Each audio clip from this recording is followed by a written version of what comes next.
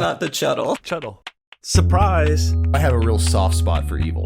Blood flying everywhere. So good. I'm a big boy who doesn't get scared. Out of the mist and into the fog, it's Chuddle the Pod. Welcome, cherished Chuddle Club members, to a brand new meeting of Chuddle the Pod, where we gather like the prophets of old, seeking the hidden truths within the macabre and the terrifying. As it is written, so shall we discuss the cinematic scripture from 2017, Mother. My name is Brian, and I'm joined by my co-occupants of the pod, Ross. Oh, hey. Wow, that was really heavy. This is great. And Sam. Sup? Welcome. I had room for a guest in case we're live together. Yes. For the first, I don't know if it was more weird for me that you wrote such like a great intro, or we're all staring at each I other was in the looking same in room. your eyes.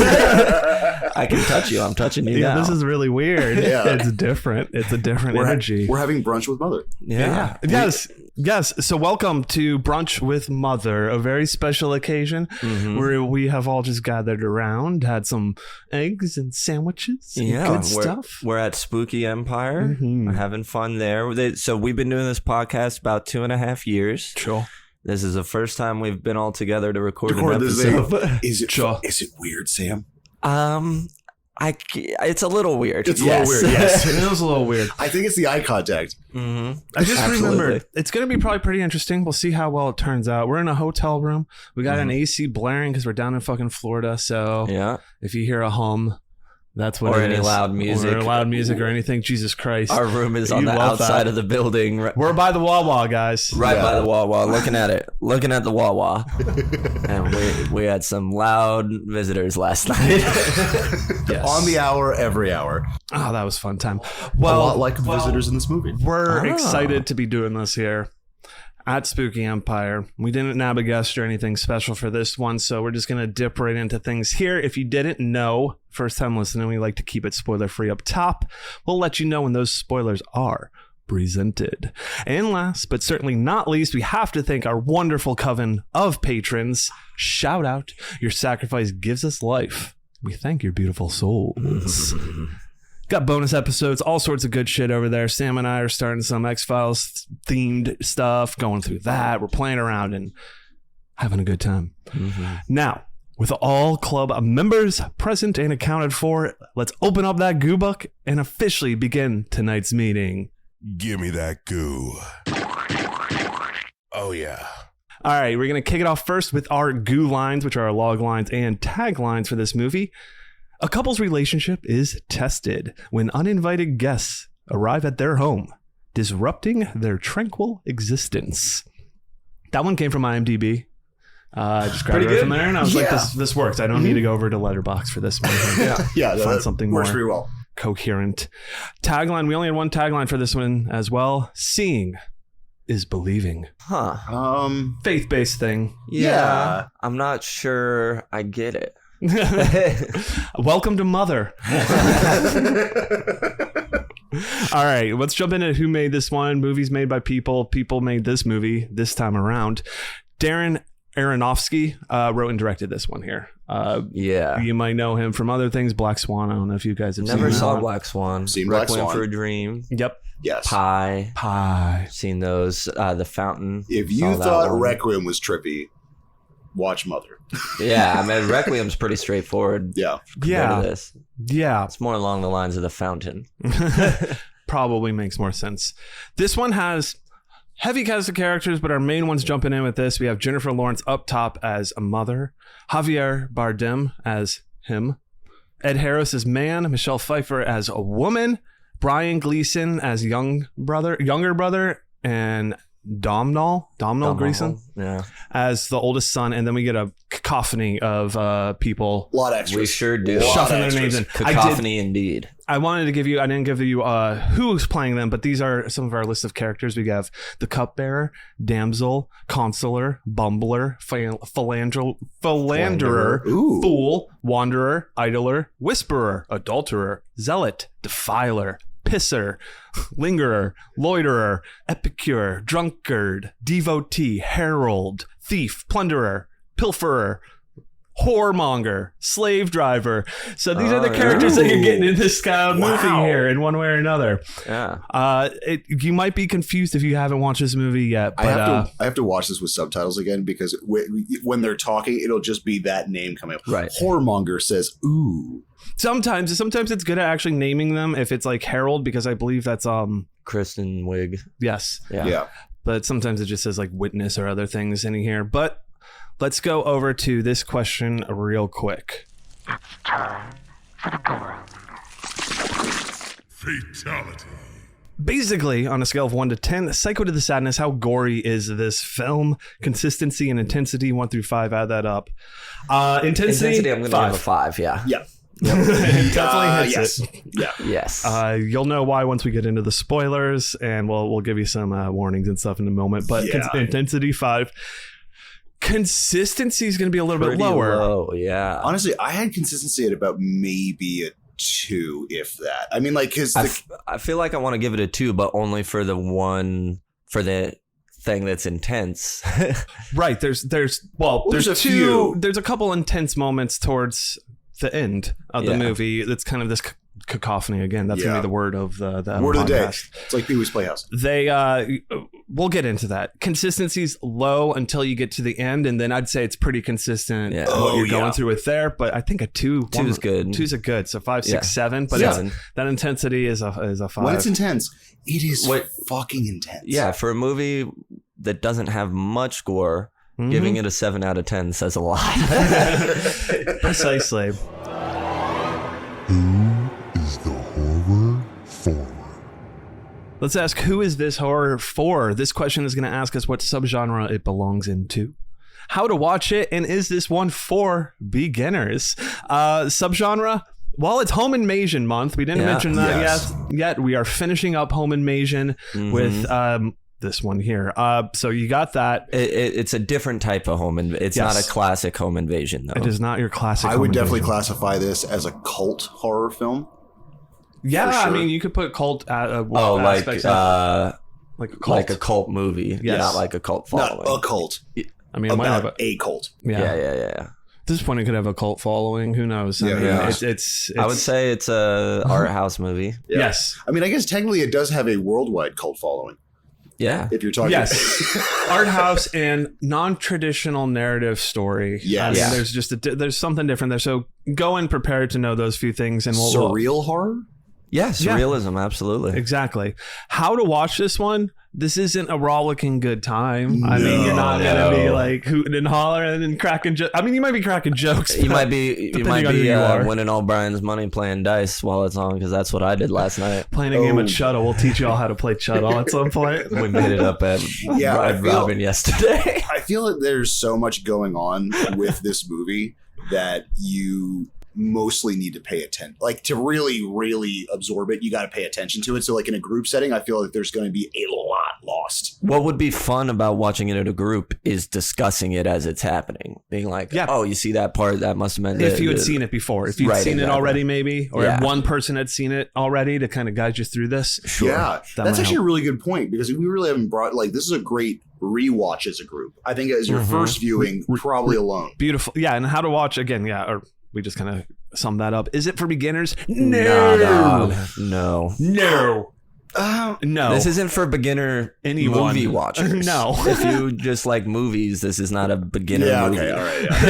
Yeah. I can concede. Is anything for beginners? If you're in a cinephile and you might not be into horror, this could, I guess, be a beginner movie. But this is more of a movie for movie people than it is for. We'll get into it, because I mean, this has some how people feel about everything here, but we better pull up our bar, open this fucking janky ass sliding window. Oh my god, this whole hotel's falling apart. $40 security deposit. They're demolishing it next month.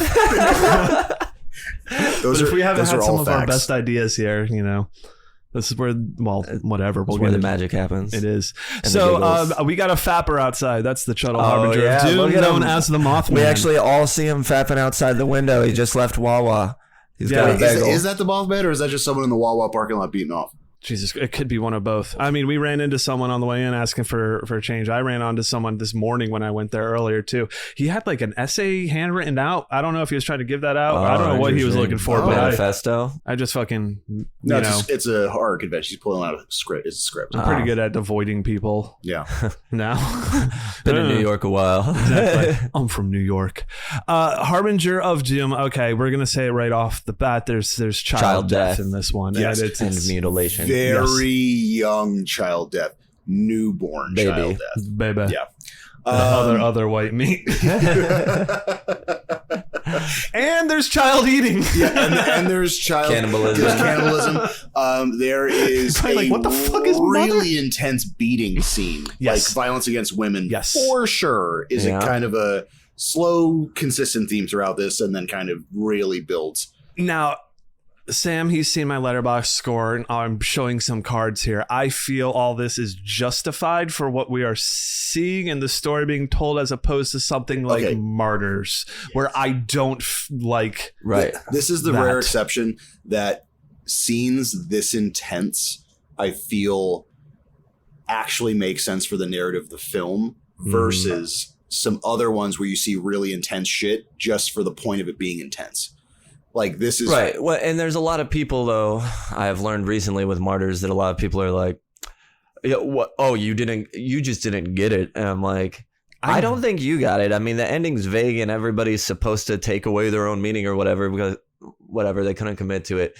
Point is, and I traditionally most of these art house type movies, I don't like or think that they didn't do it right, but I think this movie did do it right. So I agree with you there. Yes. And it didn't.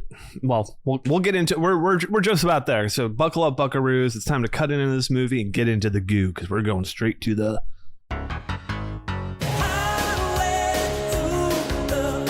infant mutilation.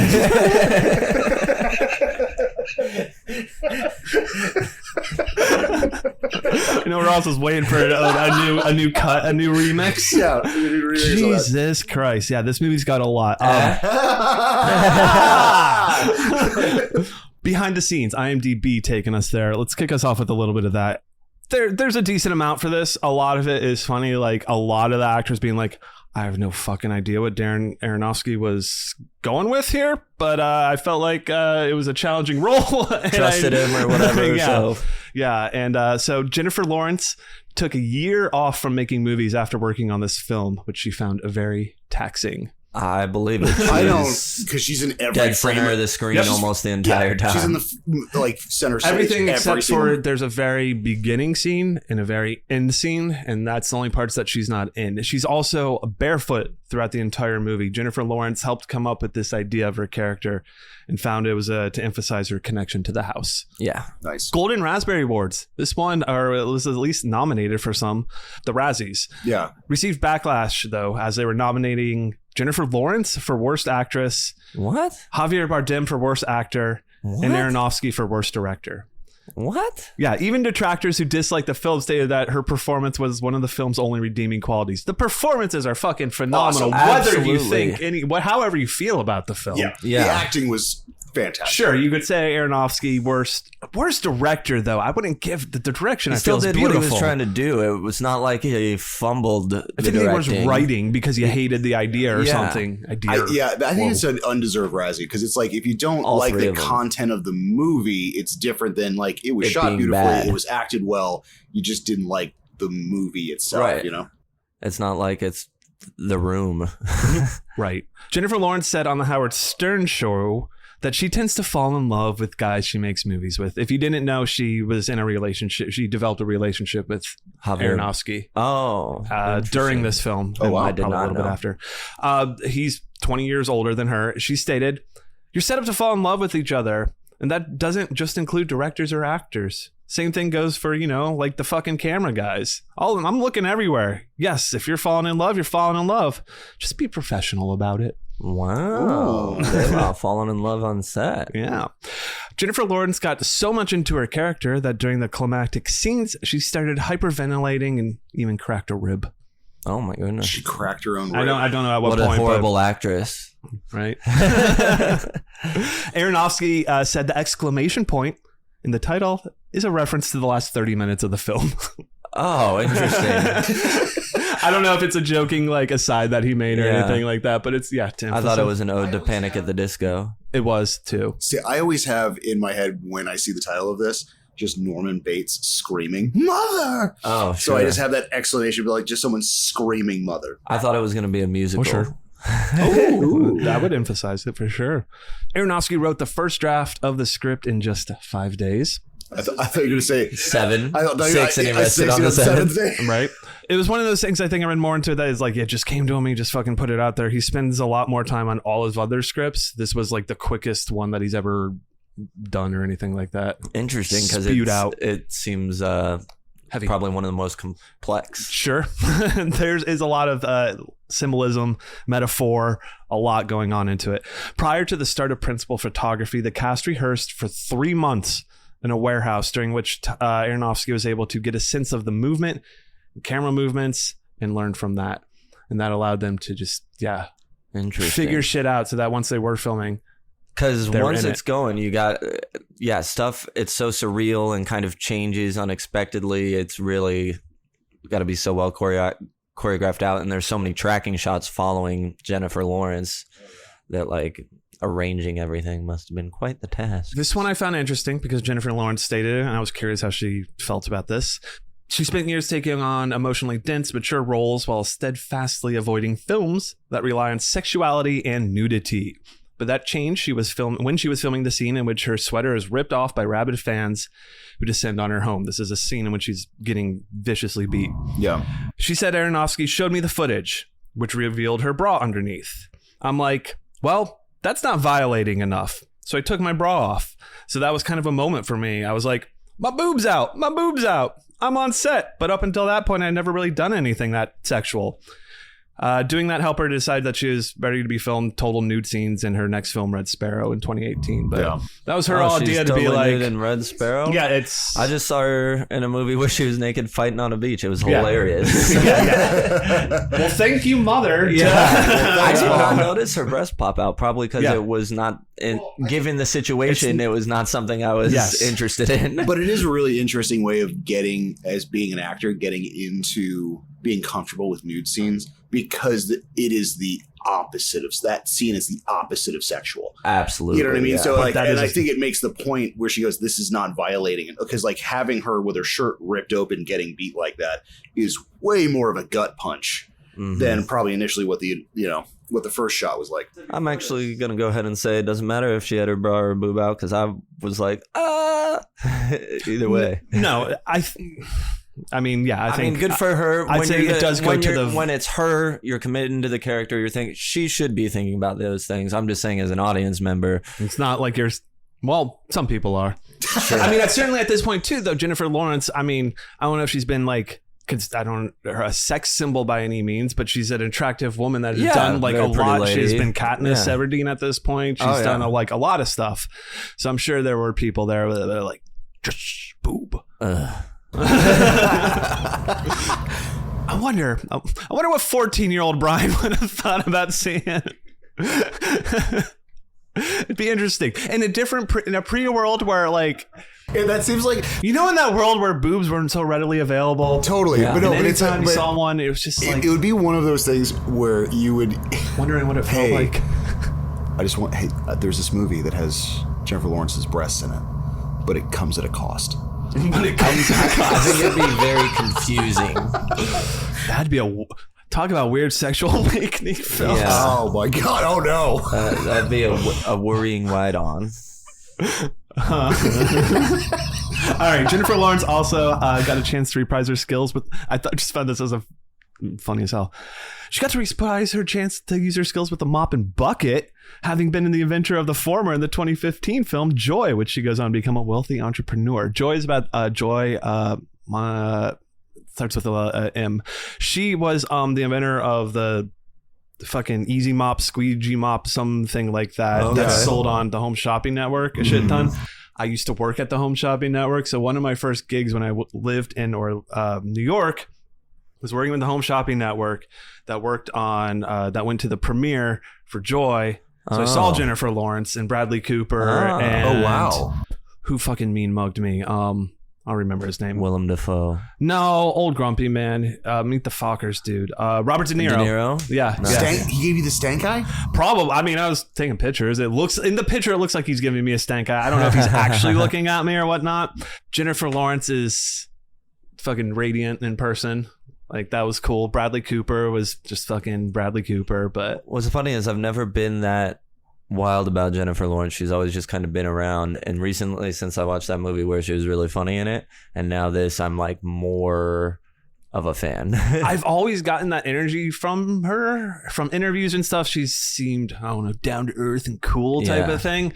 So I think I've always thought, and I'm also a huge Hunger Games fan. Oh, okay. This is dope.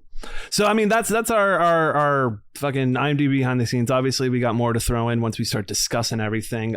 I picked this. No, I didn't pick this one. This was our patron pick. Yeah. So you guys suggested this here. I don't remember if you were heavily tried to push it this way. You were. I think we put it between this and Don't Breathe. Yes. Because I've been wanting to see that. But you had watched this within the past few months or something anyway, and we're into it, so you wanted. Yeah. I think it was when I went Aronofsky something and kind of got Astro blasted in the same time frame. I was doing that feeling stuff. The artsy movies, heavier movies. I'm sorry, but this is my first time hearing Astro blasted. I've definitely Astro Brian blasted. I love that term. Mentioned it. I love it. I'm actually just aghast. I did all the Ari Aster. Oh, okay, nice. In a weekend. So yes, Astro blasted. When I first saw this one, because I saw Black Swan first, and I was like, I enjoyed that, and then I saw this, and I was like, whoa!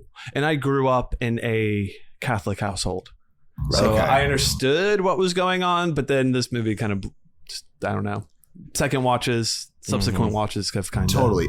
We talked about this last night, where like this one is kind of a weird one because you kind of get what's going on as the movie progresses little by little, but I feel like this is almost a better watch for me knowing what the subtext is.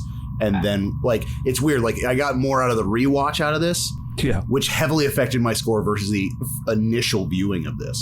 Absolutely. This is one of the few movies where I wish I knew more going into it. At least like sort of the general symbolism of it going. This is a movie that you would benefit from having a booklet handed to you before watching. Well, that was one of the big things. I don't remember if I included it in the other trivia. I mean, this, when it was premiered, half standing ovation, half like booze and people thinking it was utter trash.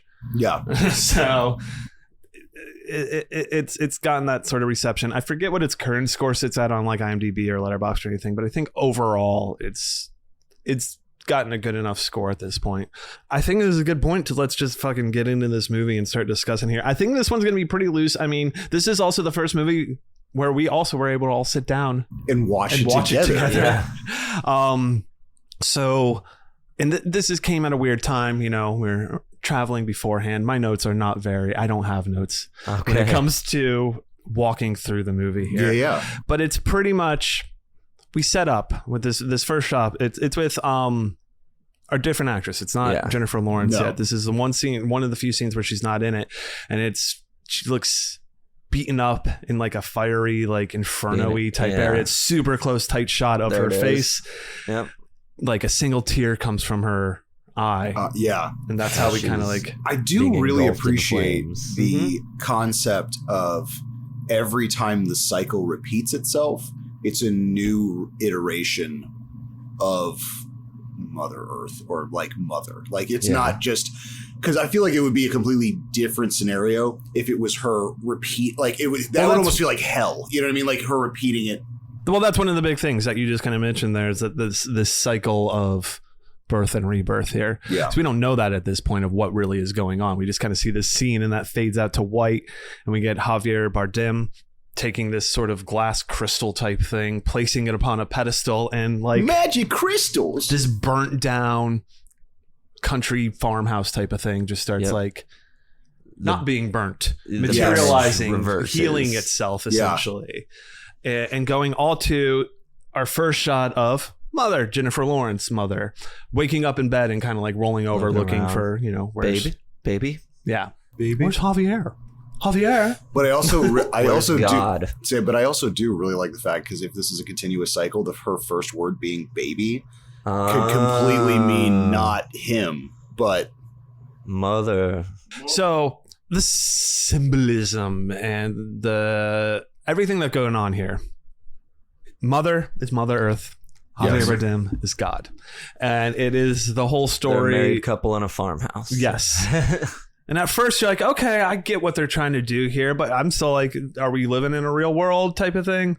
Realistically, we're not. We're living in a fictionalized narrative of what it would be like for God and Mother Earth to be in a relationship with each other, and what that could mean, and how much of a dick God is. The ego on that God. That ego and his need for love. It's that narcissism that's like overwhelming. It's what that motherfucker talks about all the time in the fucking Bible and shit like that. I heard about it all the time growing up in Catholic school, and not Catholic school, Sunday school, while my parents were in church and all that shit. Like, I didn't have... I grew up with it. So I was like, yeah, I get it. It sucks. Mother Earth is cool. And I think one of the interesting things about, like, God is all about, like, the love and all that stuff. So we get our first opening thing, and Mother's going throughout the house looking for him. We do get this shot of, just setting up what the house is. Yeah. First time I did notice something was a little weird. It was when she does open that front door and go outside. I'm like, there's no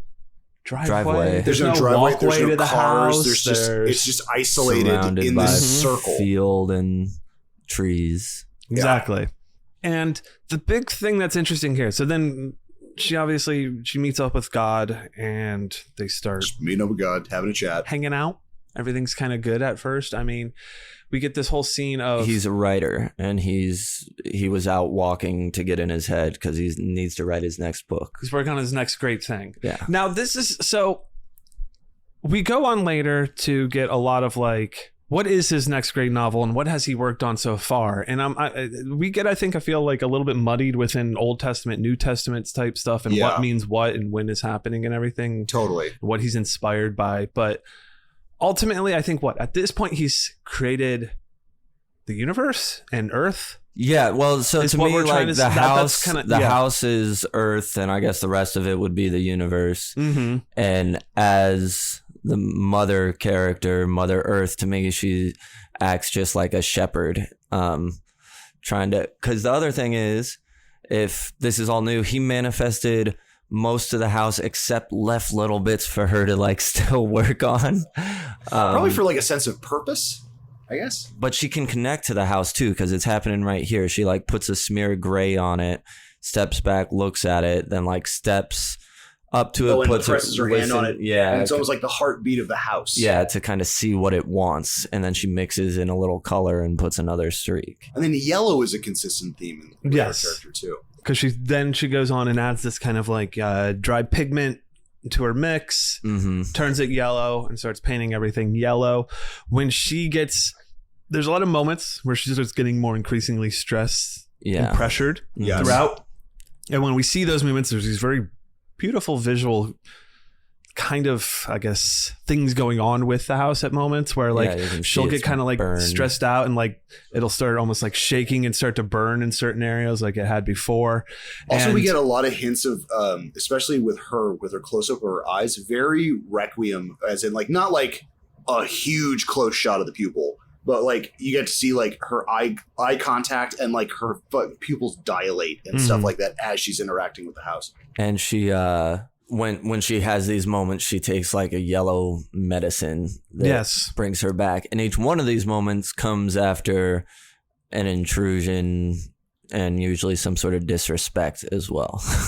Right. And I mean, everything's kind of okay in the beginning, but we do get our first visitor eventually arrives. And that's Ed Harris. Yes. Yes, sir. This doctor who comes and just wanders upon this house. He's like, oh, they told me this was a bed and breakfast. Told me I could get a room here. Yeah, I could get a room here. And we can't just turn him away. Javier Bardem's like, yeah, we just can't. We got to bring him. He's nowhere else to go. Stoked to have somebody there. Yeah. He's like, oh, this guy, he's got beautiful stories. They started talking all this shit. And Jennifer Lawrence's mother's just kind of like, hey, yeah, sure, we'll take care of them. Yeah, but like, I do like the subtle invasion of her rules and her sensibilities as like, because he sparks up a cigarette and then she's like, hey, we don't smoke. And he's like, good for you. And then he goes, no, like in the house, we don't smoke.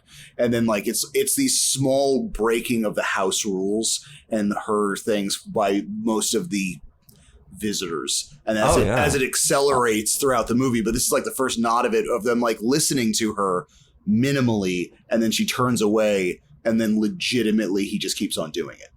Well, and he also, she comes to the room, I don't know if this is before or after the smoking, but surprised that he has alcohol and he's sharing the alcohol with God. And yeah, and I mean, as soon as man comes to the house, they start disrespecting it. Yes. Yeah. Mother Earth and everything, and just kind of putting upon it their will. And God is like, he's inviting all of it. He's inviting it because they are appreciative of him and giving him love. And we eventually come to learn that Ed Harris has heard of God's previous work, and that is why he came to the house. He's an admirer of his, and correct. That he's just dying. Makes him even happier. Like he's like, oh, he loves me. I need to give him this. This is important.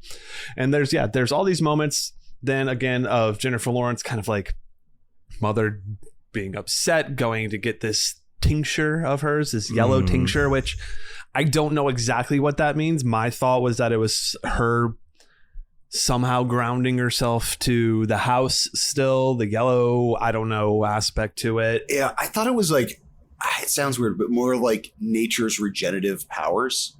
And as in like being able to minimally withstand certain things and then getting to a threshold where like that's not viable anymore. Like the more that people take, especially the visitors in the house, like the more irreparable damage happens. But at least in these initial scenes, it's not enough damage so she can kind of take her elixir, kind of reset herself, and then kind of still function. And I think something that's interesting about it is the character of Mother Nature. Yes, she is nurturing, but she's not like, she doesn't need these people's love. She's not like, there's a part later where there's the child and the mother who come into the house to need the bathroom.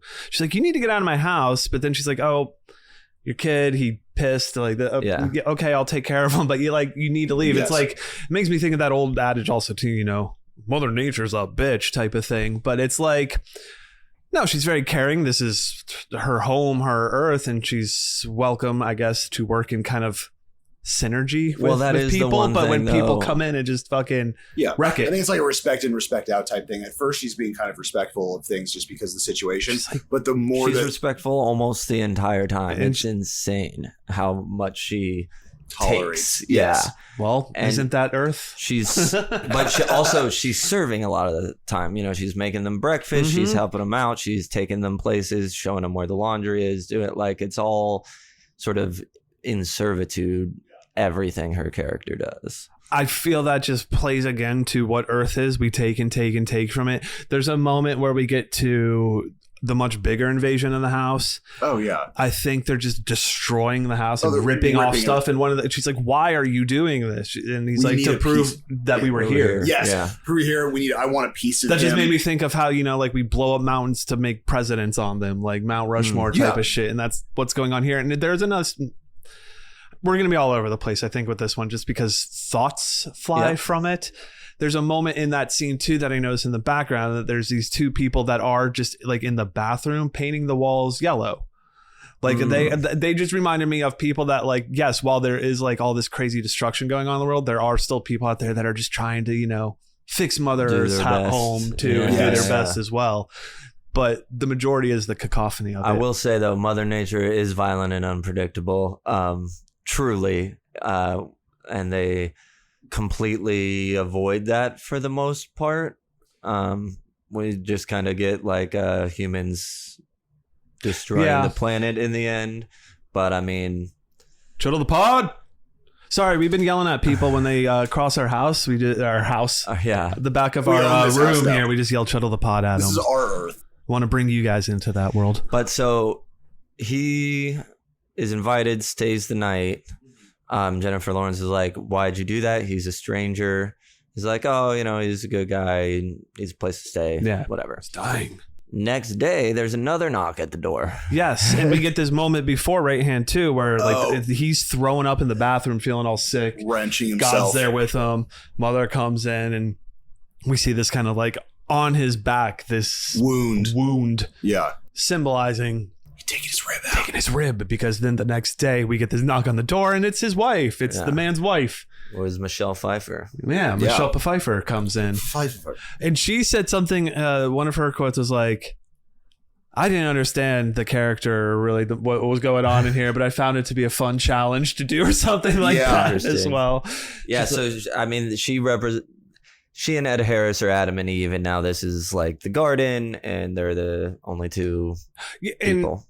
God has this room of his, like his study, his writing room. That's where our glass fire vein crystal thing is, or whatever. And that's where the woman consistently goes like, "What's that? Oh, I want to go in there. Can I go?" He goes, "You're not allowed to go." Like, Mother's like, "You're not allowed to go in there without him." Mm-hmm. And she's like, "Well, no, just a peek. It's fine. No, it's okay." Mm-hmm. And then just that to and fro of them just trying to get her out of that fucking room. Yeah, they're Adam and Eve, man and woman. They are constantly obsessed with this room. God shows off his stuff. This crystal thing in here is the one thing that they're not allowed to touch or go near. The anything. Forbidden fruit. Yes.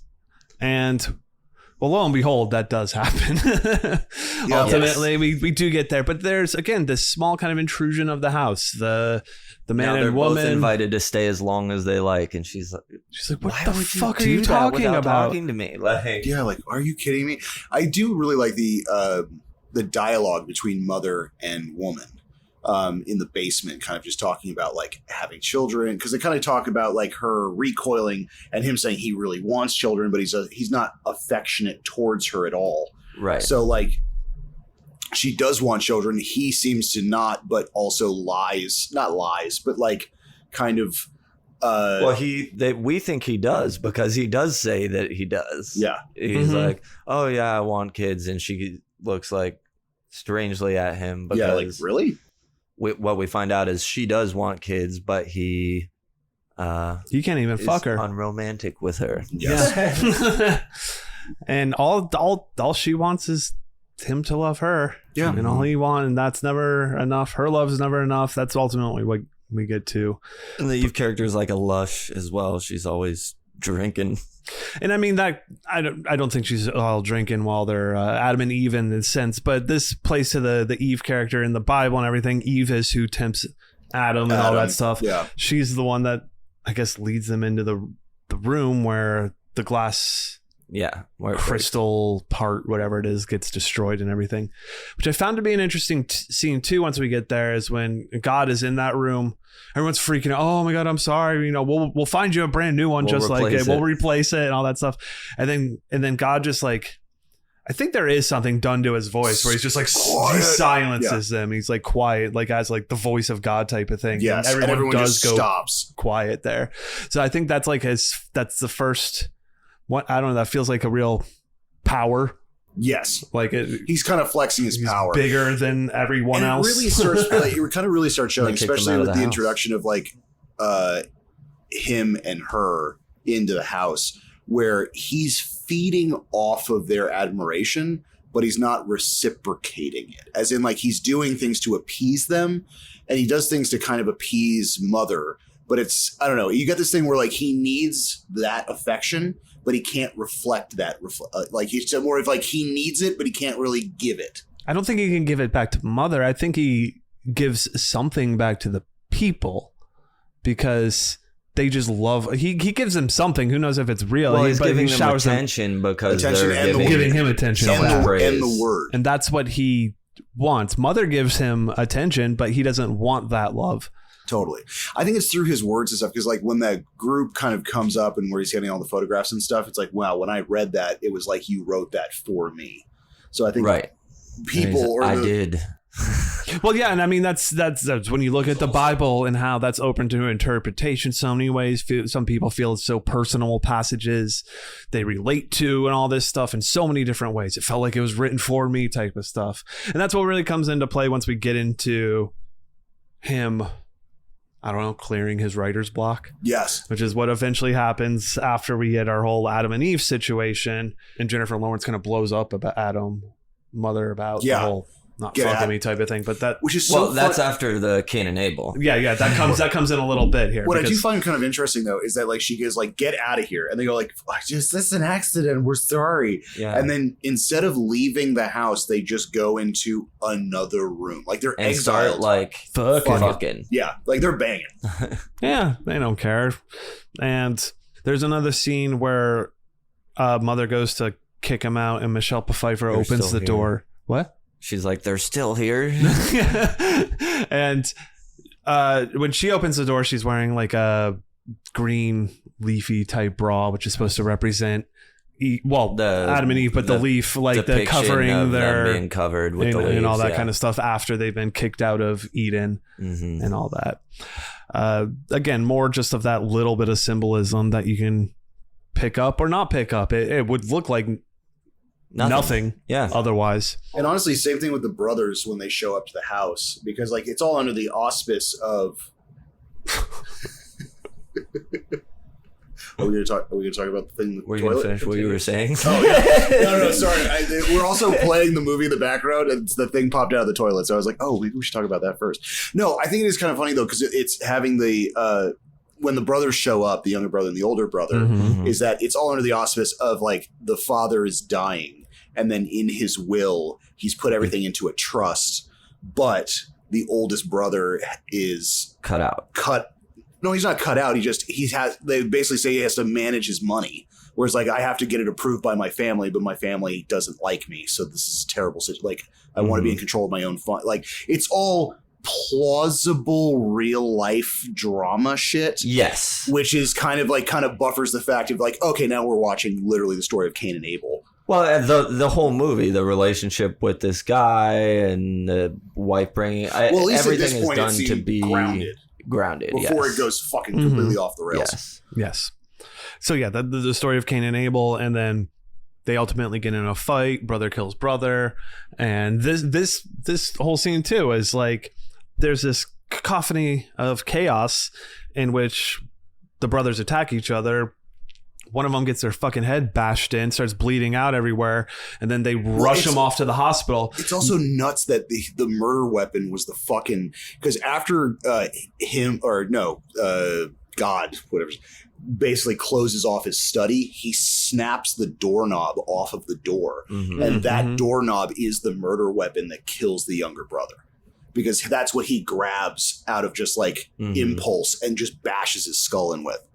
Right. What about that? Oh, no, I just thought it was kind of an interesting, like, I don't know, like the murder weapon was the part of the expulsion of Adam and Eve from Eden. You know what I mean? I thought that was kind of an interesting, the murder weapon was a direct result of the getting kicked out. Exactly. Yeah. And Ross kind of mentioned this as a moment ago. I don't know what that weird little creature is that's in the toilet. Creature. Toilet creature? Toilet fetus? That shoots blood. It shoots a little and like zips away in the toilet. Like a scared I thought it was creature. like because they're in Eden, is that like they're not, I don't know, they can't give birth or something like that. I felt that it was some weird afterbirth thing, and then after the expulsion of man and woman, then they can actually have kids. I thought it was like the house, like showing its wounds if the house is earth. Oh. Yeah, it's just manifesting instead of like being burnt. Yes. Sure. It's an odd thing. Yeah. It's a fun little guy though. Cute little guy. I'd like a little plushie of that. That'd be a fun it's a little turtle. It's a toilet turtle. It's a toilet turtle. I mean, it may have wanted to die. I don't know, but it's a toilet something. So the whole Cain and Abel situation, they rush off to the hospital. Mother the whole time is like, don't leave me. What is going? Stay here with me. Why are you going with them to the hospital? Other brother that just killed him is still around somewhere. Yeah. Like she's worried for her safety. Yeah.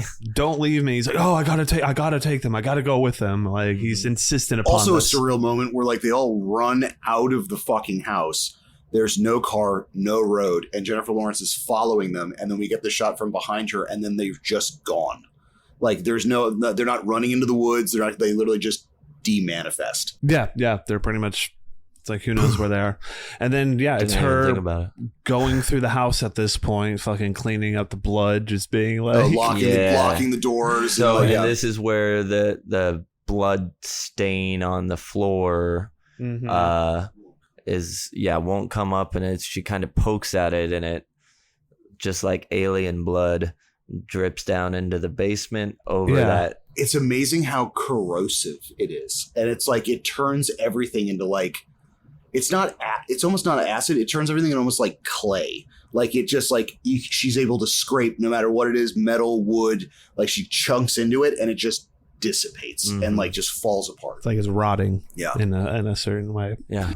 So that happens, and she goes down to the basement to see it, and then runs back into the brother. It's like, they left you here? Yeah. They did. He goes, "Oh, how's it? Oh, now you know how it feels." Yeah. Like that kind of thing. Oh, to be abandoned? Okay, yeah. I guess that you know how it feels. He grabs his wallet and just 86s it out of there. Mm-hmm. Is this before or after she finds the secret compartment in the basement that has the oil drum and all that kind of stuff?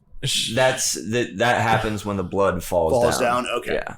Yeah, and there's this whole like secret area there, but then we do also get, after these moments The of oil alone, buried in the ground that is going to be the downfall of man. the oil. Well, that's a good point too. But also you have something like a frog in there, and oil buried in the ground. I mean, that's where oil is. Yeah, Dinosaurs, reptilian, the frog type of thing. Yeah. But frogs also are part of Old Testament stuff and everything. But then after this is when we start to get a lot more of the chaos. Even more of the chaos. The builds. mourners start coming in by the droves.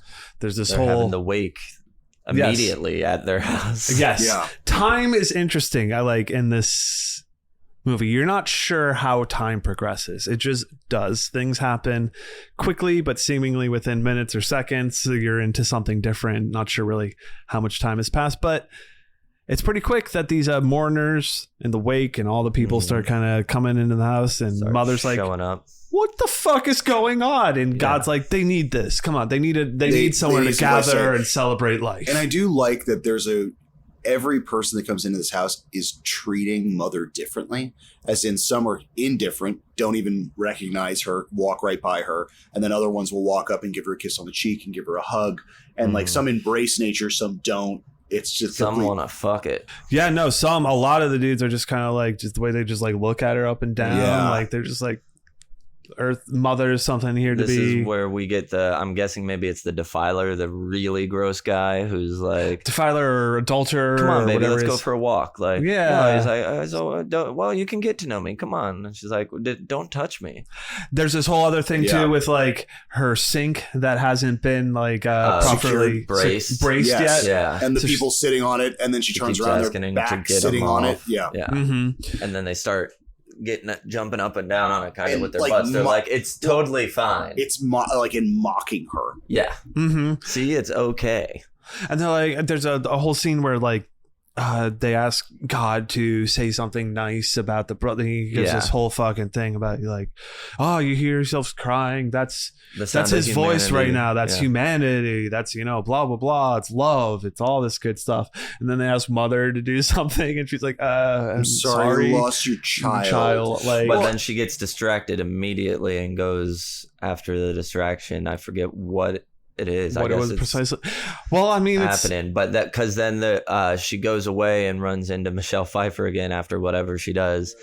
She's like, yeah, what, where were you? Like, Well, didn't it's say also anything. it is kind of cool though that like nature. I don't know. I kind of really like that because I feel like nature can be. Nature is indifferent. You know nature what I mean? just Like is. Yeah, right. Like it can be somewhat sympathetic to a point, but it is the indifference is nature, which I find really interesting. And the people that are constantly searching for a meaning, searching for something. Yeah. God gives you love back, gives you a purpose, kind of makes you feel better about yourself. But if you're going out to nature and like isn't going to always give you the answer that you want necessarily. Yes. Like it Yeah. is what it is type of thing. This is life. This is Earth. This is who we are, like type of thing. And people that make you be like, well, fuck you then. Like, and that's precisely Michelle Pfeiffer is like not about it. No. And Well, it's just also stank guy and all this this is also shit. the beginning of like the taking. Like the mourners are now kind of in this like, can I use the phone? Can I do this? And she's like, my phone's, what the fuck is going on? And they're just like now running into every room of the fucking house. There's no like, they're just kind of like, it's an infestation. They're just bringing in food. They're just like setting up everything. Yeah, And people are hooking up in her bedroom. just get out of my bedroom. It's, like- oh, we'll just be a minute. Yeah, it's like, No, get out of my room. oh, because it's your room. Right. We'll right. get out of here. Yeah. Yeah. And so this is just constantly going through the house, and then like the chaos is building and building and building. We got the thing with the defiler, the adulterer, just While like grabbing at her. that starts happening while they're doing the sink thing And too. she's like, get off that. It's not braced. And like, oh, sorry. They get off. He's like grabbing at her again. They're back on the sink. She's like, it's not, well, what's the problem? It's going to break something. it's They're really, bounce- it's fine. Yeah, it's And fine. then It's fine. They bounce it. Then the great pulls flood. fucking pipes out of the wall. Yeah. Oh my like God, there's spraying everywhere. And everywhere. she finally has had Get enough. Out of my house. Yeah, get out. Exactly. And that forces everyone out of the house. And I also And that's love the Great Flood. I also love the consistent the God character being like, no, it's okay. We can replace it. We can fix it. It's fine. Let them do it. Mm-hmm. It's replaceable. It's fixable. Whereas she's like, no, it's really not. Like, you're saying this, but you're not fixing anything. You or made doing me to anything. love and protect this place. Yeah. And now you are making me watch it get destroyed. Yeah. Right. So now they're yelling at each other and arguing after everybody leaves. And she says the "you won't even fuck me" line. Yes. And it's like, you think that's it? Here we And go. He gets all passionate with her, but we don't ever see an actual sex scene by any No. means. No, we just get Fades a to white. big blinding light. Yeah, which, you know, people can equate white and bright white light to virginity. And seeing God. And seeing God, and this could be immaculate conception because she's pregnant. She wakes up in the next morning knowing and feeling that she's pregnant, and we're gonna have a baby. He's all excited by this. Yeah. This As a inspires matter her. of fact, Yeah, we get some. I he's gotta writing write. again. I gotta write. Oh my God. We get some Javier booty. There's- Bardem. yeah. Manhams. We get manhams. We get godlike manhams. Bardem buns, like Bardem God, buns. godlike buns here. Yeah. No ween. Yeah, I got the Sam looked. I'm positive. He's positive. He was going frame by frame. Man, I thought I saw a flop. I thought I saw a little pop up or something. Little But bubblegum shootout. yeah, Not even the outline of a shaft. not even shaft outlines. So he's inspired. He starts writing and just going for it. And he At least this is the most fucking- tranquil part where like he's writing Yep. and then like now we go She's through her going through pregnancy. pregnancy. She has and the this- nursery set up. This She's- part goes exactly back to what Brian was talking about with how time passes in this. Yes. Like, all of a sudden it went from like all this stuff happening seemingly within hours to like now her whole pregnancy passing She's- at who knows what kind of speed this is going at. Like, yeah. The tranquility, the hole in the floor. There's new It's boards patched there. up. It's patched. There's nothing there. There's a rug over it. Everything looks fine. And then And then They we got go a to his nursery. office. He's now writing all over his office. Seems like his writer's block is completely done. right, and then we get the shot where he's just kind of like standing in at the front doorway. door, and then he like pulls this like It's got a scripture. It's done. It's done. Is that it? Oh my God, it's done. He's freaking then like gives it to mother and she reads it and she's crying. It's beautiful. Gets a vision of the burned house and everything burned around it, and she and God hold hands, and it brings life to everything. And Yes. seems to be that's what the end of the story. Yeah, she's That he because wrote she's like like, is that? this gonna happen to me or something? She says something along those Am I lines. gonna So she's lose- like, am I gonna she's lose worried. you? Am I gonna Yeah, lose you? I'm Yeah. gonna lose you. Yeah. But again, it's beautiful. It's a masterpiece. It's wonderful and stuff. And then she's happy to have read it, but then she realizes that she's not the first person to read this. He's already sent this off to his Oh, publisher. that's right. He starts getting phone calls from his manager They and love it. publisher and stuff like that. Yeah. Fuck. I'm like, when did you send this out? Yeah, and then this is where we're again time starts going a little wonky because like we seemingly have just seen him writing this, standing in the thing saying, I finished this, and she's only just read this, and then like, but he's already sent it out to people and they read it, they love it. Yeah. And then she starts setting up dinner for him. And then, like, all of a they're sudden... going to celebrate, and, you know... Yeah, they're having a great celebration. He's super pumped, jazzed, and then the knocking happens. There's a small mob of people at the front door. What's going on? Well, like, doesn't she see me? run into somebody, like, at a back door first, and then she goes... Well, she starts and off with he's him out front with the mob? Well, he's out front with the group, and then as the group gets bigger... and bigger, that's when people are starting to come in from the back door to use the restroom. And right, but I thought we got the first hint somebody was there at all was like somebody like knocked on the back window or something, and she was like, could have been going on? But still, this is where all the chaos starts happening, because he's out front and they're like, they've come to see me, they love the work, like he's like, they love me, and like, and so here, I gotta do this for them. She's like, come back inside, like, I'm pregnant with your baby, isn't that let's enough be together for I need to, let's be alone. like, it absolutely is. It is. 1 Just minute. give me a minute. 1 second, hold on, babe. And so he goes back out to them. She goes inside. This is when the mom and kid are going through the house that she's like, you can't be in here. Can't be in there. Kid He's pee-pees like, himself. well, he pee-peed. And she's like, all right, I'll take you to the bathroom. Then Gets the to the bathroom. line. Somebody's already in there. He's like, a little privacy, please. And then the other bathroom door, there's a huge line going. What took you? So you've been in there forever. Yeah, like everyone's like, just being like super. Hey, no skipping or like, yeah. I've been Super waiting a long rude. time. Like you're like, what is happening? Yeah. See, and this is when it starts, like, at least for me in a good way, descending into madness. Absolutely. As in, like, they're getting group shots. The hole now in the stain has reappeared. It seems to be getting worse. There's photo ops next to it. You know what I mean? Like, this is where, like, the surreal really starts bleeding into where people are like sick and infirm, like, I'm just going to lay down here for a while. That's cool, right? And they're like, no, I need you to get, all right, thanks. Well, and he's like, oh, the poet said it was okay. Like, the poet gets that's everyone's everything house. they're doing. They're like, This is like we're supposed to share. He This was is everyone's invited. house. Yeah. We're all welcome We here. were The told poet that's says fine. so. yeah. The poet. He's constantly referred to as this with his scriptures and everything like that. So that's why all these people are coming. They're welcome here. They're meant to come and They're see taking him. their food, And the what drink. And what a great analogy, too, where, like, she's had this entire, like, cornucopia of food and bountiful things for the celebration or just in general. And then all these people just go into the kitchen, raid the kitchen of everything. Every natural resource that's in the house, they literally strip right in front of her as she's protesting. I thought it was like, ooh.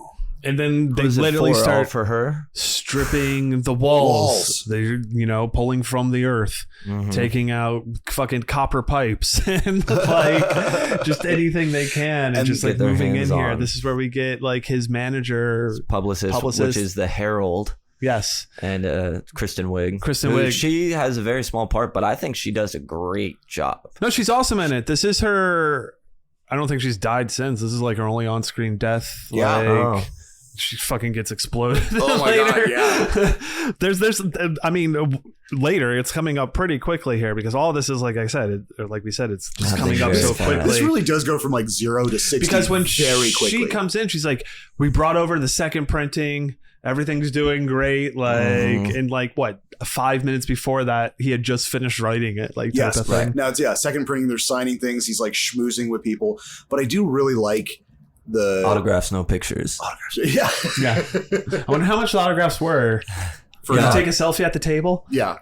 Well, what I think is kind of really interesting, though, is that, like, if you look at the progression of just humanity, as that I do like the fact that, like, there is that lull, and then human beings start, like, populating, reproducing, and then, like, all of this horrendous shit that people do happens in such chronologically short, to quick the period of time. planet is such a short period of time. They really encapsulate just the chaos that is human beings on the planet. It pretty well. exponentially grows the more that they come around and just start doing it. This is when we get in those scenes, the moments of like the people taking things. She's like, "Why the fuck are you doing this?" Because we wanted to prove that we were here, type of stuff. She's also full blown preggers too, so she's like running around, freaking out about her baby. beyond Yeah. pregnant, like about to pop, screaming. Pregnant. Yeah. Yeah, and she's still calling 911. So I mean, there is this sense of like the real world ish. Yeah. ish thing. Does a great Cops blending there. kind of show up and start trying to like bust in and everything, but like the cops chaos totally show up. Yeah. is so because they attack. Overwhelming at this They point. attack her. Well, they attack everyone. And then like different God attacks the factions. cop, and Yes. then he gets pepper sprayed, and she gets it in her eyes too. Yeah, Totally. And he's has all there's just all these quick shots of him too with his adoring fans and all. He's like, at this point, he's like marking them with ash on their head, doing this little sideways mark, which is the same. He does it like accidentally to one person, and then everybody's like, "Oh, give my me the God, mark. give me the mark!" Yeah. Exactly. The religious aspects you can really see start It's like forming the here. Ash They take Wednesday. the original scripture of his. They're like, where's the original? And that's like, no, this is mine now, and they use it as like a fucking pole that they're I don't chanting know what the around hell and that doing thing's things. called, but yeah, it has like bells and shit on it that they're like chanting. It seems to be like a religious service, people doing songs at church or whatever. And it really hymns. shows the writer, the poet, where like the intoxication of popularity and the intoxication of like, because he does not give two shits about the house at this point. Nope. He just wants to be admired and Never loved. did. Yeah.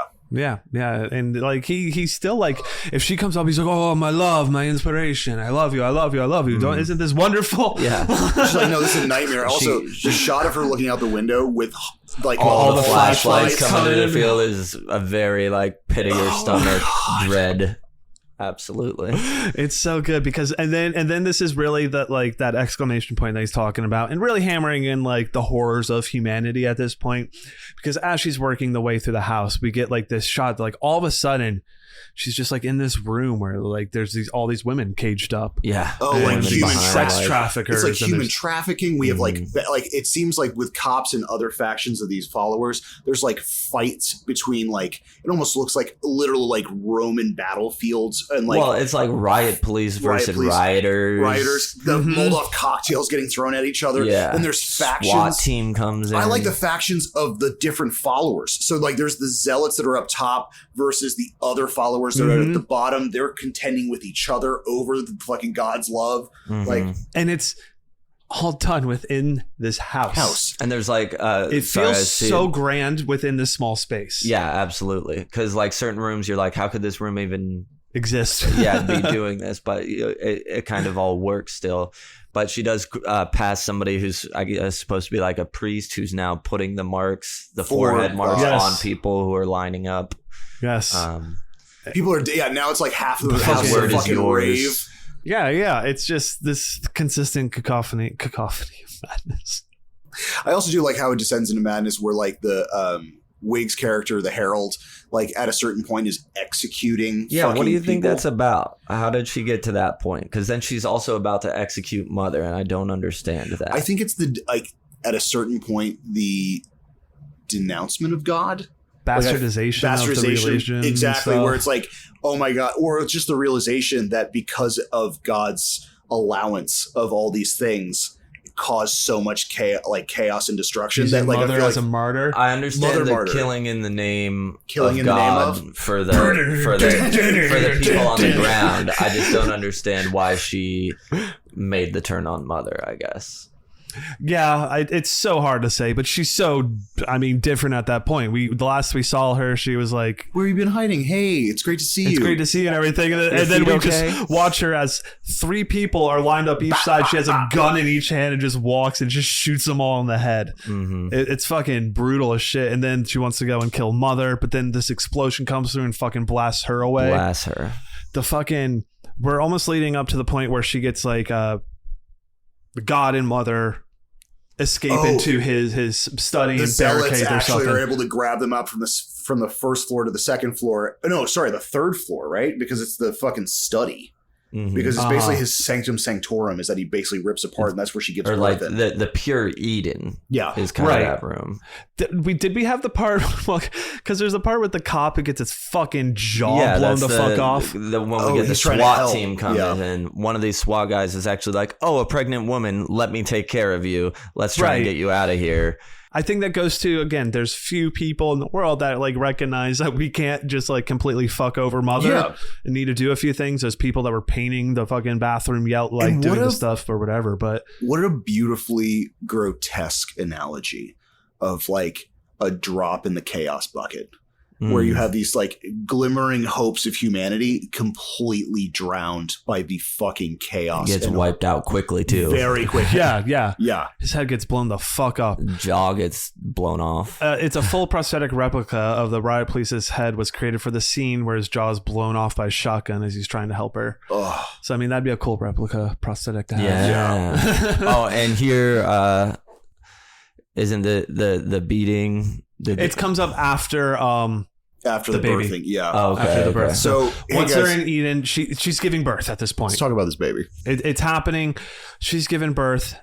She does it. It seems like God's like, oh my God, this is wonderful, amazing. He gives her the child to mother. Mhm. She's hold on to him. She's like, God's like, they want to see it. She's like, I'm like, no. what? No. Tell them to Fuck, leave. they want to see the fucking. at Mike, first- leave me alone. At first, they were almost both on an understanding of like they need to get the fuck out of here. And he was like, you know what? That's a good point. And then he goes, I don't want them to leave. Well, And doesn't then- he go out? He's like, He, yeah, like, I'll tell checks them out. to leave, and he goes Out. out, And and they- then comes. Oh, we have gifts. back Oh, they're with- so Yep. nice to me now. Yeah. They gave some So they have gifts. sacrifices. I don't yeah. want them to with go. gifts, and Mhm. he's like, she's like, isn't this great? And he's like, yeah, it's nice. Did you tell them to leave? Yeah. He's like, No, I didn't. And this just like what a narcissistic, like this entire scene where she's trying to desperately stay up while the poet is just staring at her, Not getting tired. not getting tired, and just waiting for her to fall asleep because he wants to show this baby. And it's like she nods out, she wakes up.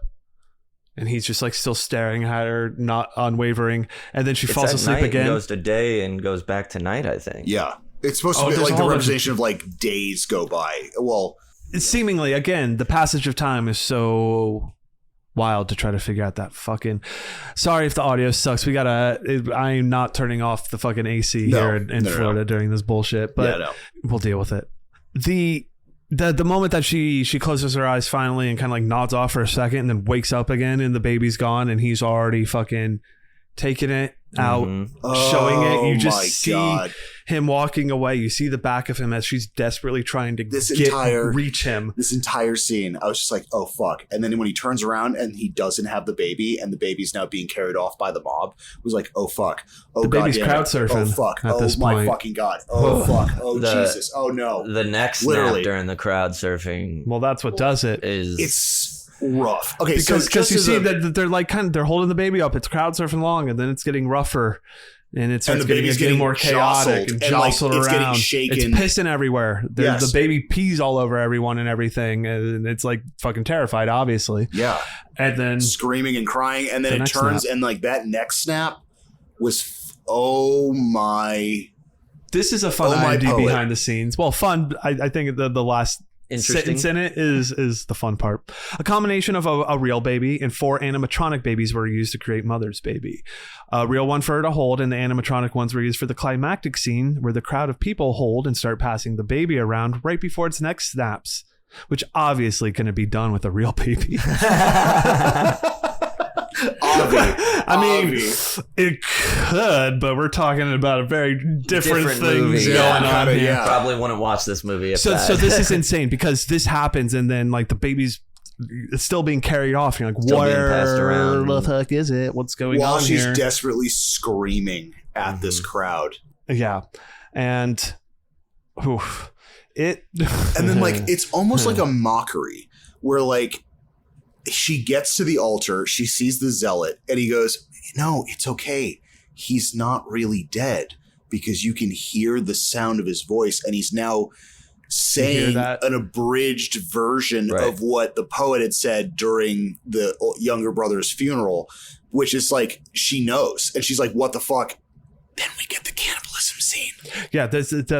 I mean, the child has been strewn apart. It's they brutal. tear the baby to pieces and and are start sharing eating it it. to eat it. Body of Christ. Body Christ? Yes. Body of Christ. Body of Christ. I mean, that is a thing in church. No, I know. And, oh my God. Even though I did not know anything about this movie going into it, by the time this was happening, I got I got it. That's what they were Totally. doing. I love the fact that she picks up a piece of fucking broken glass and is fucking just stabbing and fucking hacking all these fucking people. And here we are with her getting beaten and So yeah, this does lead to the right after this is again the exclamation point to the movie. All the brutality is that 5 level of brutality is all right here because it is focused on her face. It is fucking framed on her as you just see fists and all this shit coming Boots. and beating the shit, The ever loving shit out of her. out of her just face. as almost every shot of this movie is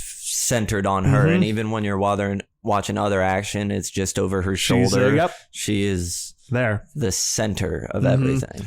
And I mean, yeah, again, the being violated, her shirt's being ripped at. I also the feel boob like is popping out. I feel all like of it's that. also shot almost a little faster too, because it looks There's a lot of stuff. There's a lot of work on tricky that. camera editing and all this kind of good stuff going on here. And then But his she's- half-assed apology after like you killed my baby, and he's like, yeah, but like he didn't die for anything. You But know this what I could mean? 'Cause, really like, mean something. that could change everything. It's Yeah. like, Maybe no. what happened could change everything. Everyone, like this could be like again, God gave up his God, Only sacrificed his son to only save son. them. We have to find a way to forgive them. Exactly, and just fuck that. Yeah. Essentially, at this point, is that They she's butchered done, our son. and she's like, "I'm gonna burn this fucker down." Basically, she's like, I found that oil drum. That's gonna work." Yeah. So she runs down.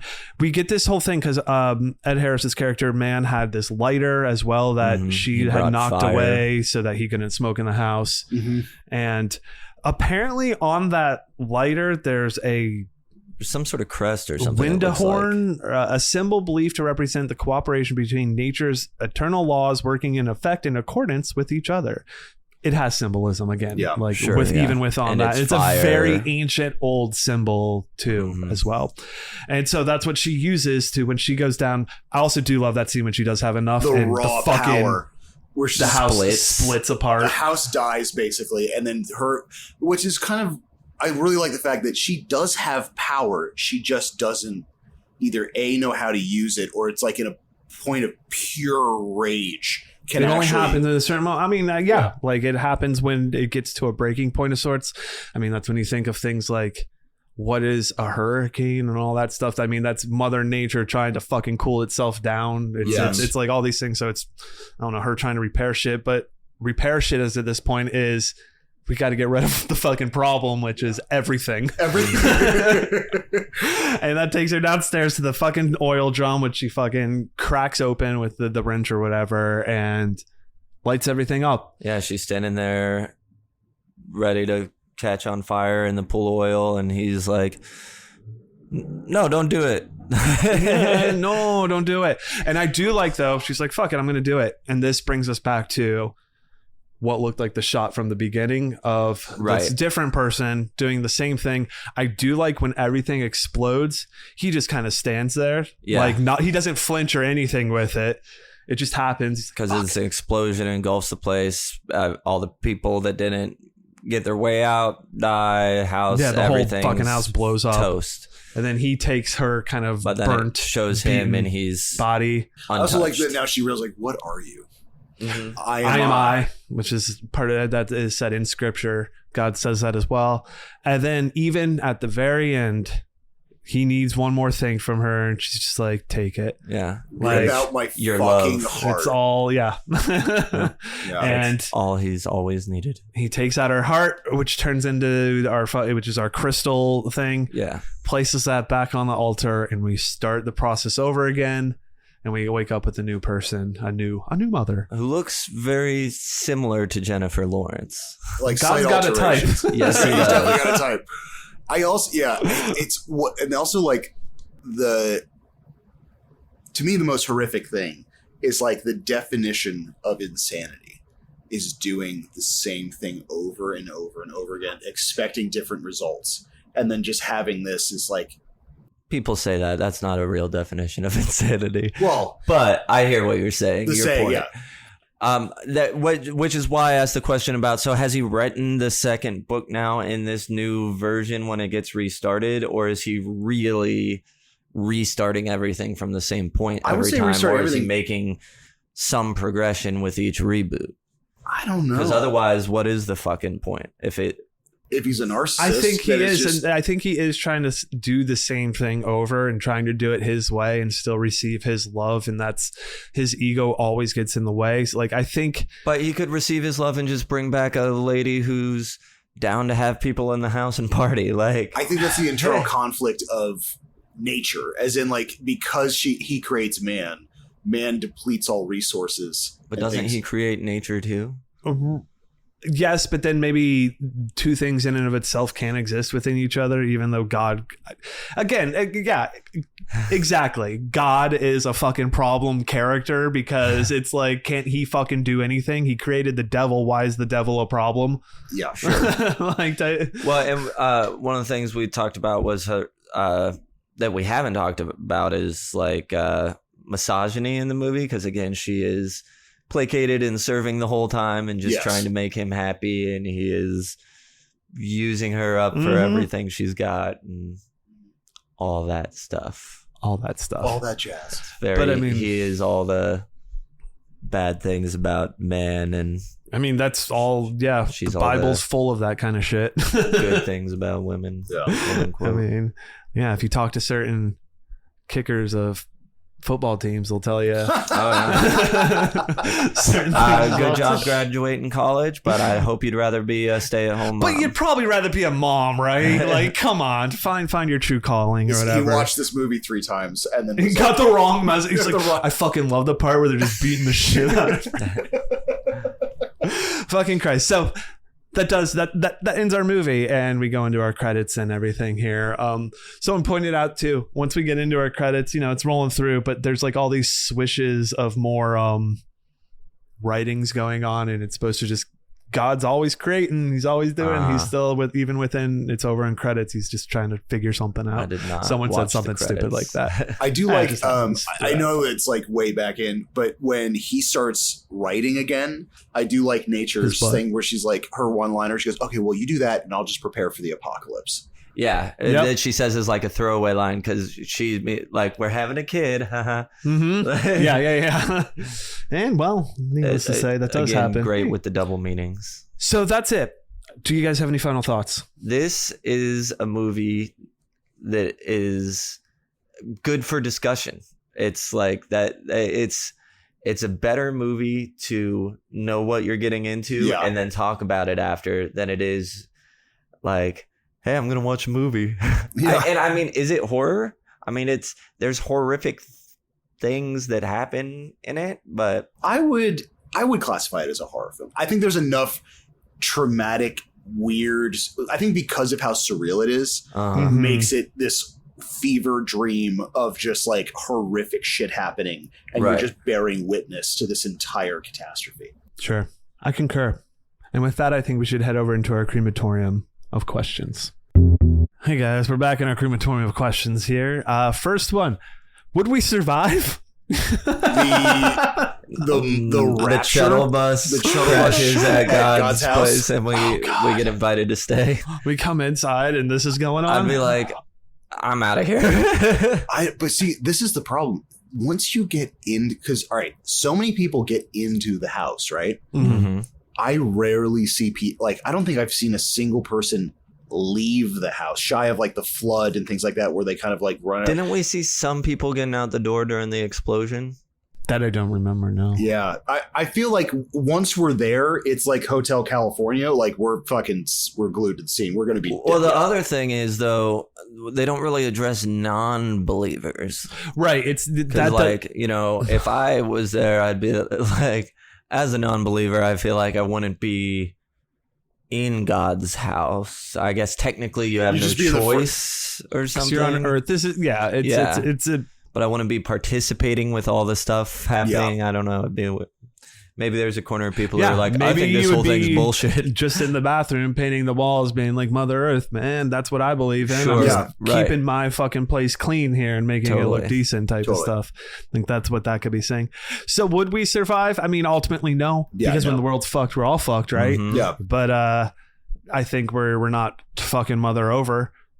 No. You making this one gooier? I don't think it needs it. I feel like what it has, It applies the makes glue, the punch. goo sparingly, yes. and when it's there, but also it does like one of the I'm a huge. I can't think of something too much worse than what happens in this movie. I'm usually a big proponent of more goo and gore in a film. Mm-hmm. This is the rare exception where I'm like, you know what? I think it made its point. I think honestly, I think if you got gooier or gorier with this movie, it would lose more of its punch. Like, I feel what is in there is horrific, Yes. but in the not story over the they're top. trying to tell as well, it's not like there's a killer killing people. If this or went something. if this went Right. full Psycho Gore Man in the third act, It'd be very different. very different feel. Now, this is an interesting question. Our villain level. Who is our villain? God, humanity? Both. Yeah. I mean, God is a villain. Power level. 5. God-like powers. Well, it's not that God. Okay, it's weird. I don't necessarily think God, in and of itself, in this film is the bad guy, but he's a horrible enabler. I think it's just almost the ultimate bad guy. Yeah. Because like if it weren't for him, exactly, like none of this would happen, and he wants to just keep doing it and doing it. Like, Yeah, he doesn't. It doesn't matter to him that everyone else just he's the fucking only died. one He's like, unaffected by it all. try again. Yeah. 10. God, he's Yeah. a 10 level villain. I think. Well, Well, iconography. iconography. Javier Bardem as God. I mean, he's not your like classic white bearded God. What are we gonna give him, like a 9? I feel like it's just No, I'd give it like a 6. That's true. He's super strong, but yeah, his iconography is I don't know. I'm giving him like a 7.5. It's just an actor. Like, it's just Javier Bardem. It's not even like... I get, but the concept of God himself, I guess I'd give it a little bit more to the iconography in that matter. I think as an idea, but I think the as same opposed to argument can be imagery. said for man or for humans in this too. Is that like it's just Ed Harris and a few other where it's Sure, like, I'm not trying to give them a high rating. No, but then having the mob that in comparison to the mob in the latter act of the movie, I feel it's like them just being bullet ants all over the house is horrifying. And like, to me, that's like way more imposing and crazy than just like the first few invaders that happen. You know what I mean? Like, Okay. where I feel like the power level for me with the humans or like the villain level goes from like, okay, to like, oh, like they're dismantling the entire fucking house or blowing up shit. Like just the atrocities of human beings. I feel like that still applies to power level and not iconography, though. Right. Yeah, We don't have a Freddy in this movie. that's true. Yeah, you're not wrong. There's no intriguing character design whatsoever except for whatever that thing is in the toilet. Yeah. Well, so what are you saying is the toilet's a 10? Do you want to see a sequel to this? Mother 2? New Testament? Nah. Mother-in-law? Mother-in-law. Don't tell mom. No, wait. Don't tell the babysitter mom's dead? No. No. I think. Well, also, wouldn't the sequel to this just be the same movie over again?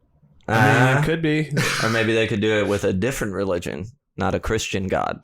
Right? That'd be interesting. Yeah. A few different gods, like one of the mini god religions. The house of the neighboring. Oh my It's god! a It's a whole fucking neighborhood. It's a frat house. It's all like Greek gods. I would see the Greek god version of Mother for sure. That'd be wild. There we go. National Lampoon's Olympus. Would you buy the soundtrack or score on vinyl? I don't remember anything. I'm going to say no particular. because I can't remember it. Nothing. I don't think I need it. Anything? You want an action figure of Mother, of God, of Ed Harris? No. Again, it speaks to the lack of iconography. There's no interesting character design. Yeah. What merch or prop would you want from the film? Animatronic baby. That head. Baby, the head, little guy, little toilet guy, little toilet poopy. Honestly, I would get the bloody doorknob. Pregnant Put stomach. that in a Oh, shadow there you box. go. Yeah. Oh, the crystal. The crystal. Oh, yeah, shit. I was also thinking like her pigment or her The tincture. yellow Oh. tincture. The written word. Oh, yeah. Yeah. I think there's a lot of like cool little things like that with here. Now, merch, prop, action figures, we did all that kind of stuff. But if there's a promotional popcorn bucket for this movie, Yeah. what's that one going to be? And bonus points to make it fuckable. All right. Well, mine's not fuckable, but it is a baby. Yeah. Okay. That's Yeah. a good one. You eat from it.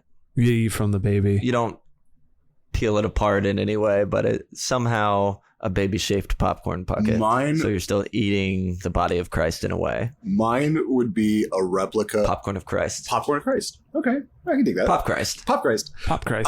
Mine would be a replica of the house made in sugar glass. So the second you try eating the popcorn, you have to destroy the entire house. Oh, Interesting. okay. So you build it around it. Yeah. And then when you're trying You to gotta force your break wood into it hand to get into it, you're just ultimately destroying the earth. I think that's great. Good job, guys. Hey, I got thanks. We nothing. tried. Thanks. Now, it's time to pull out our fingers and start cutting shit off because we're going to go ahead and rate this movie right here. I only want your fingers. Should we all, cut our fingers open and bleed on it? Can you wrap your fingers around this?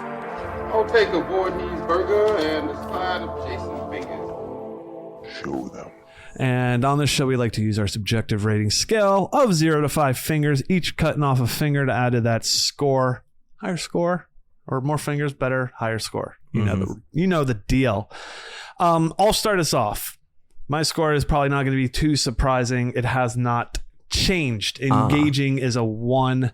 Sticky is a 1. T-shirtable a 1. Cockles 1. Rewatchable 1. Now It's a 5. it's just a 5. Now, is each one of those necessarily a 1, or does a category get more than a 1 because Cockles is probably the highest? Like, I don't know if there's that many mother T-shirts I wear, but in my heart, this is a 5. I don't know. I like the movie for what it does. Like I said, I grew up understanding the whole Catholic Bible bullshit, so it spoke to me on that aspect of got the dick.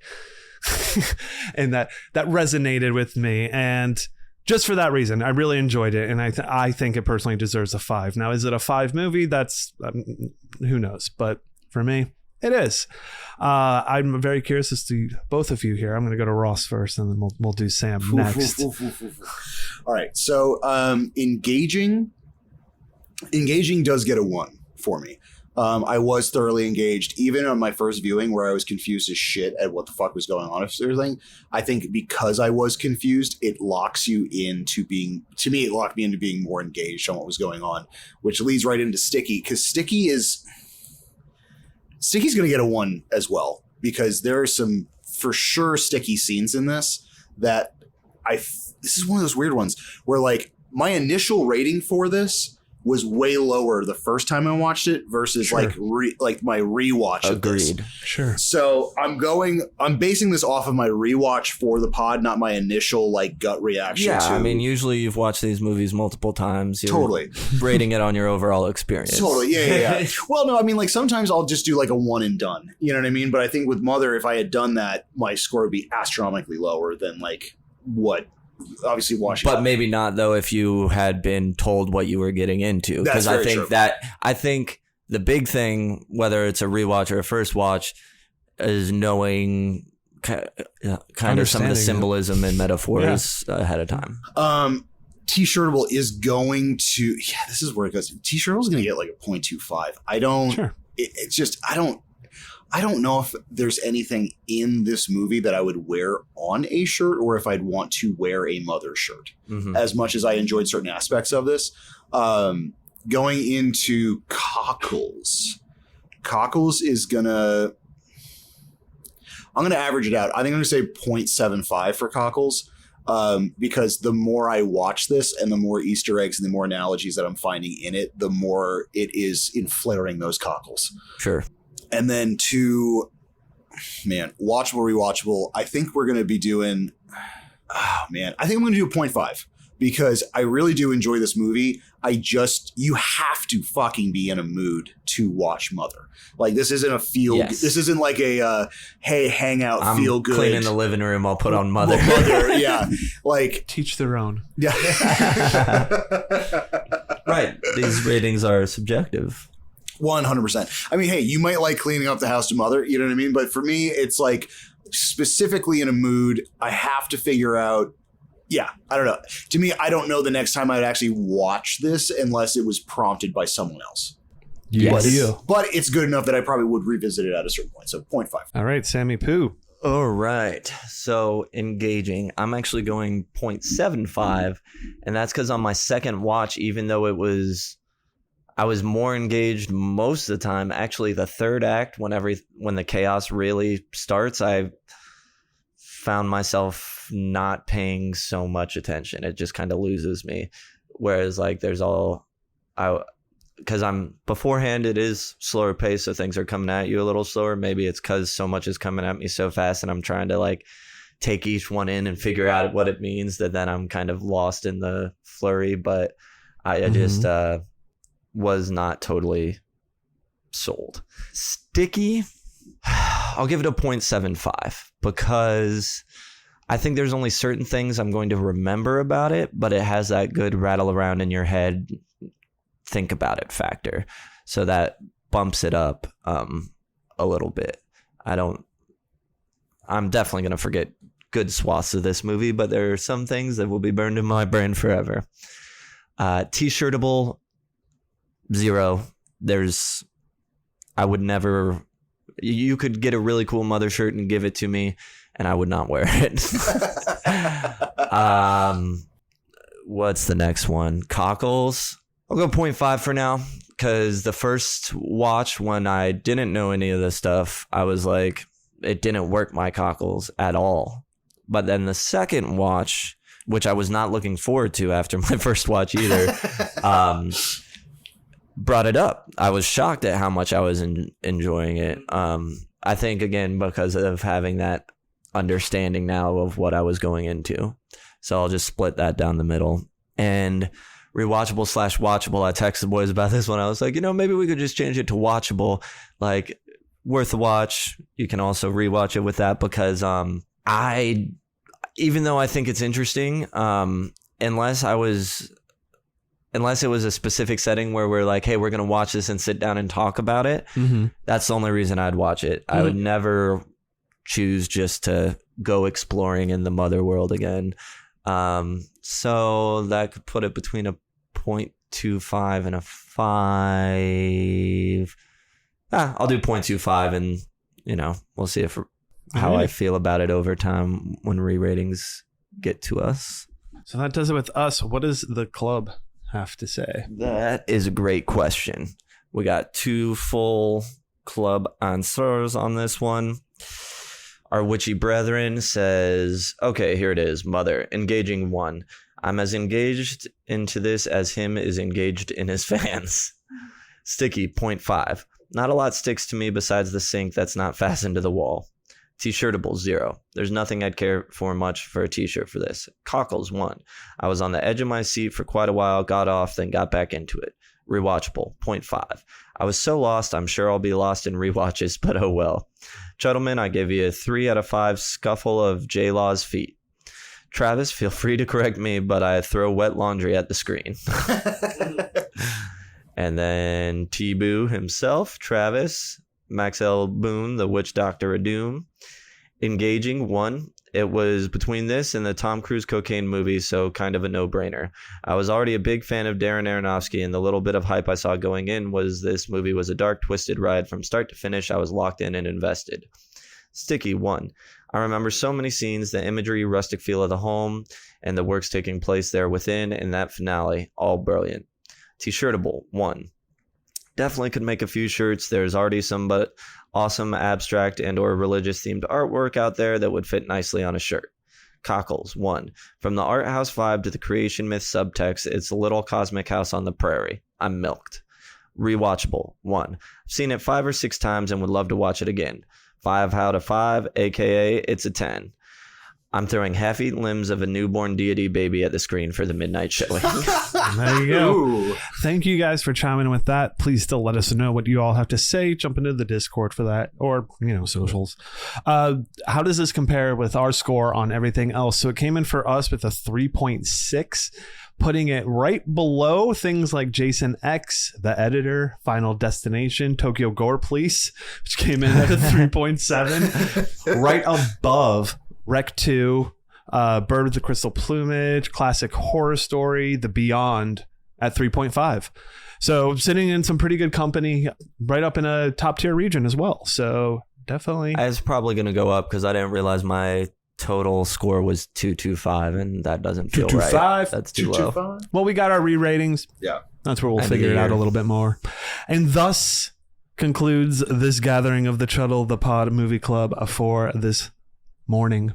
I was going to say, not only is it the first time in person, it's the first time Doing not this- at like 10 o'clock at night. We're not signing off at 1 a.m. Yeah. It's different vibes. Mm-hmm. As it is written, where 2 or 3 are gathered, so shall the spirit of community dwell among them. You, dear club members, are the heart and soul of this assembly. Remember to join our fellowship in the Discord, the sanctuary where the conversation continues to flourish with fellow devotees, fans, and past guests. Follow at Chuddle the Sam on Letterboxd to heed his cinematic insights, and Ross Purvis on Instagram to behold the visions of his artwork. Do not forget the many ways to reach us. Oh, Brian with a Y on Chuddle.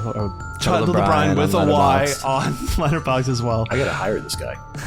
Do not forget the many ways to reach out to us, rate and review us, and spread the good word to your brethren. Until we gather again, may you walk in the light and avoid the time loop.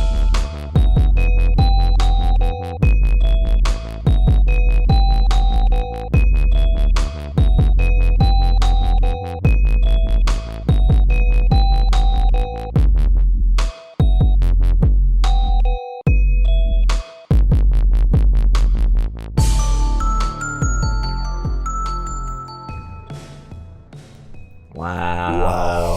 All right, let's fuck. Mother. I'm proud of us for not doing that too much. Really holding back on the mother while recording.